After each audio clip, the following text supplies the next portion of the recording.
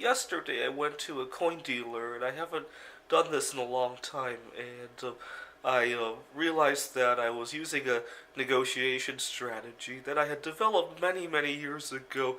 And I developed it not necessarily just to save money, but because I'm very passionate about numbers and math.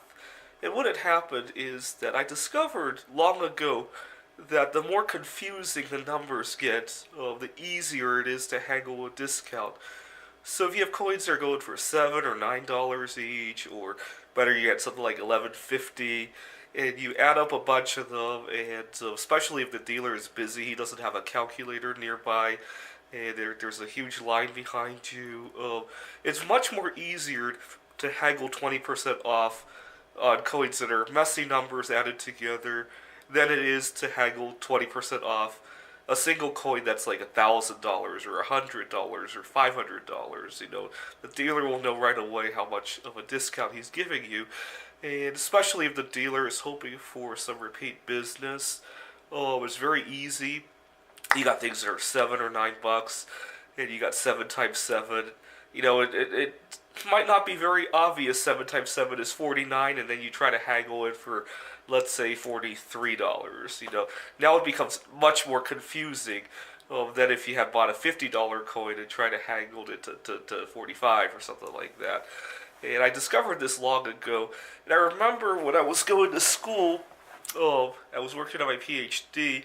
I would get very upset when silver would hit a very round number, like $15 or $20 or $25, because it would be harder to play this game. And I remember getting really excited if silver were some messy number in between.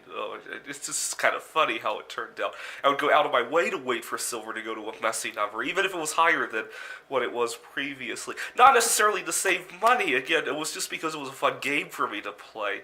And what was really funny is that dealers, they might not know right away, but later on while they're auditing their inventory, they might figure it out. And then I go back and they don't tell me about it, but they get very resentful, and you can see it in their eyes. And then I would just go to another coin dealer. I was living in Rochester, New York.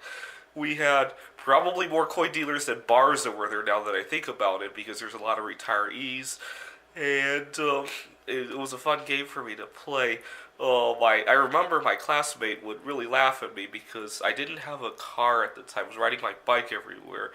And oftentimes I would spend 3 hours to ride my bike just to save like $10. And he just didn't think it was a very good use of my time. But the truth is, at the time, I needed the exercise, and I was still looking for my future wife. So I was kind of killing all those birds with one stone.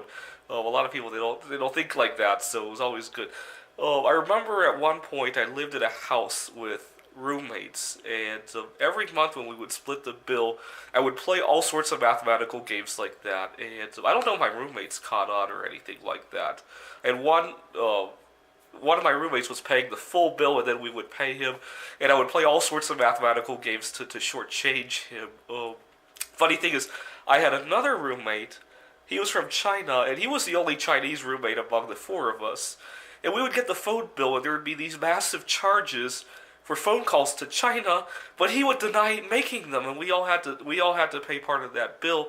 And I got so upset that I called a friend in Germany just to make up the difference. And the end result is we just all paid more for our phone calls than we had to. It was just really stupid. Fortunately, I moved out of there, but it just shows the perils of sharing any sort of responsibility when you live together. So yesterday I got to a coin dealer, and I was buying a coin that was $70 each, and I bought 8 of them.